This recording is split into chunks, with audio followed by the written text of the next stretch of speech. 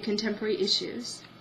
Today we'll be discussing a trend analysis of 3 different trends that are occurring by utilization of the Phi Theta Kappa Pole Analysis document.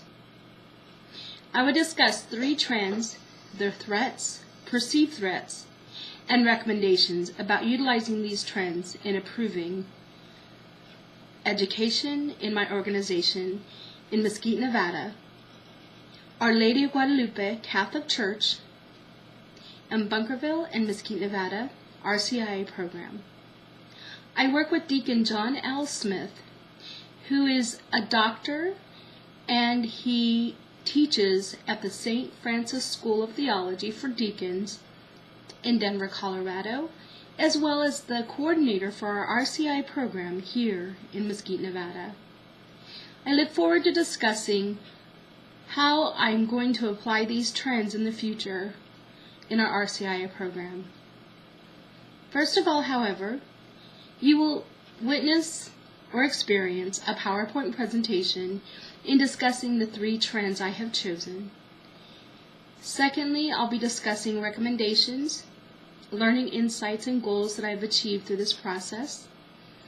And thirdly, you will be receiving my recommendations, or what I choose to do in the future, my learning goals, in applying these trends to my future endeavors. Thank you once again for joining me, and I look forward to sharing with you my trend analysis. The chosen trends for today are personalized education, immigration, and teacher evaluation. For each topic, we'll be discussing threats, real or perceived, opportunities, and personal recommendation and goals for my organization. Personalized education. How should education be delivered? With personalized education, we're looking at a more learner-centered approach to teaching. Rather than focusing on test scores for students so that schools can get funding, personalized education is centered around how the student learns and geared towards that learning process. Lynn Mumford, 2011, author of What Students Really Need to Learn, states, "Those nations whose students score at the top of the international education tests share a dedication providing their students with a comprehensive education across liberal arts and sciences." Threats of personalized education. Personalized education potentially is more costly to implement. Catering to everyone's individual needs is more time-consuming. If personalized education becomes the norm, our children might not meet the standards mandated by the state, thereby reducing government funding for schools. Lourdes Fonseca, 2012, quotes, "As an urban parent and the mother of 2 men, each of whom graduated from high school unprepared for college, I know firsthand about the lack of quality education available to urban students. As I've visited numerous schools throughout the state, I've been blown away by the resources and the warmth of the environments in those schools. Urban parents throughout the country have experienced the same dynamic I've seen here. White-collar workers commute into the city for jobs, but wouldn't dream of sending their kids to urban schools. As a result, those who can't afford to leave are left in low-performing urban schools and are often the most disenfranchised and voiceless citizens." Fonseca, 2012. Opportunities of personalized education. According to a cognitive science from the University of Virginia's Department of Psychology, Daniel Willingham argues that teaching content is teaching with reading skills. Willingham, 2009. He quotes, "Remarkably, if you take kids who score poorly on tests of reading and ask them to read on a topic they know something about, such as baseball or dinosaurs, all of a sudden their comprehension is terrific, better than kids who score well on reading tests but who don't know a lot about baseball or dinosaurs. A study on learner-centered teaching and distance education indicates that a learner-centered approach positively affects students, especially when combined with distance education in the classroom. What these opportunities show is that personalized education does in fact work, especially when children are motivated to learn by what they are interested in. My recommendation and goals is that our classes be hybrid in nature, combining both Web 2.0 tools, social networking, collaboration, and mobile learning.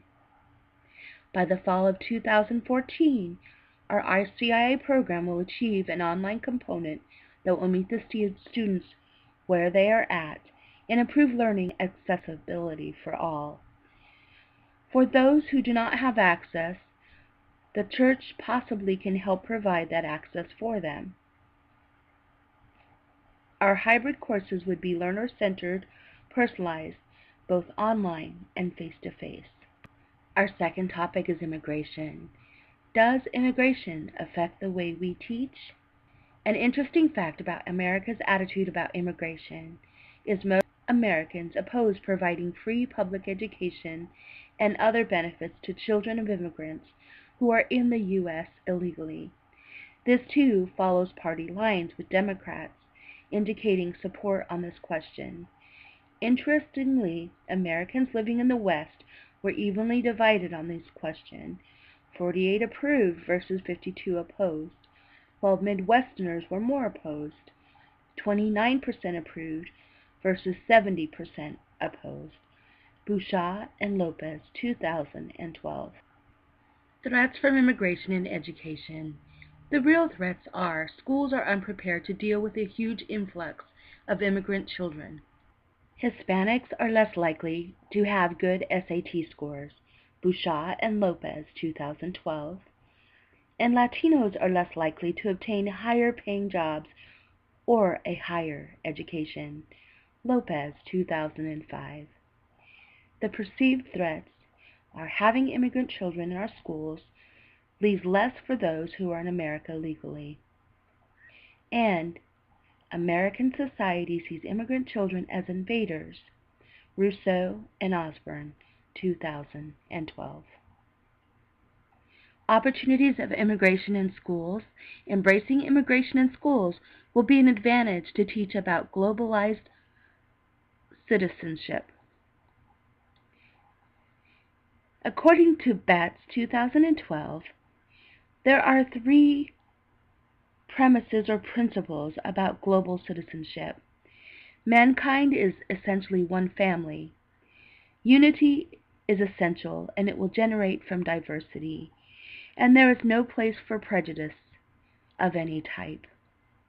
When a teacher embraces immigrant children in schools and shows and teaches about their culture, she models for the other students how to be a globalized citizen with tolerance and acceptance and non-prejudiceness. She is able to enhance unity within the classroom. Recommendation and goals. Learning to be open to all walks of life and that all people deserve to have access to an education no matter what ethnicity they are. Whether their children are here illegally or legally, everybody deserves to be educated. We must realize that America is made up of a melting pot of immigrants. Canada's educational system embraces its immigrants. We can use them as our model. Canada's Education Video, 2010. Without cultural diversity, this world would be very bland. Diversity brings color to life. Teaching children to embrace other cultures will make them more globalized students. Rousseau, 2008. My goal is to be open to other cultures and assist them in learning their faith. By fall of 2013, I want to have an RCIA program for the Spanish-speaking parishioners. I will provide the notes and lesson plans to our Director of Religious Education, who has agreed to translate them so they can be given to a Spanish-speaking teacher that can administer the RCIA course in Spanish. Teacher evaluations. Should teachers be subjected to intense evaluation and training? According to the Phi Beta Kappa poll, 3 out of 4 Americans feel the entrance requirements for teacher programs should be as rigorous and more selective than engineering, business, pre-law, and pre-medicine. According to Jones 2012, the bottom line is that parents are looking for teachers and schools that will encourage and nurture their child to achieve the best of his or her abilities. What are the threats of including high-stakes testing in teacher evaluations?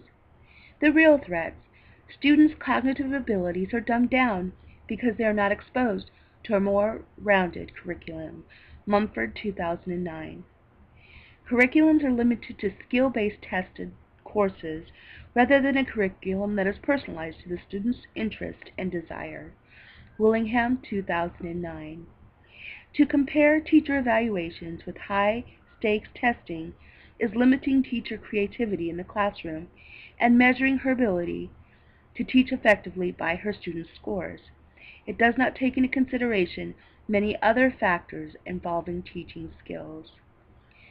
Finally, high-stakes testing scores correlated with teacher evaluation diminishes Gardner's multiple intelligence theory.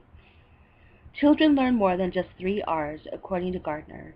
He learns visually, kinesthetically, logically, interpersonally, and musically. Gardner, 2011.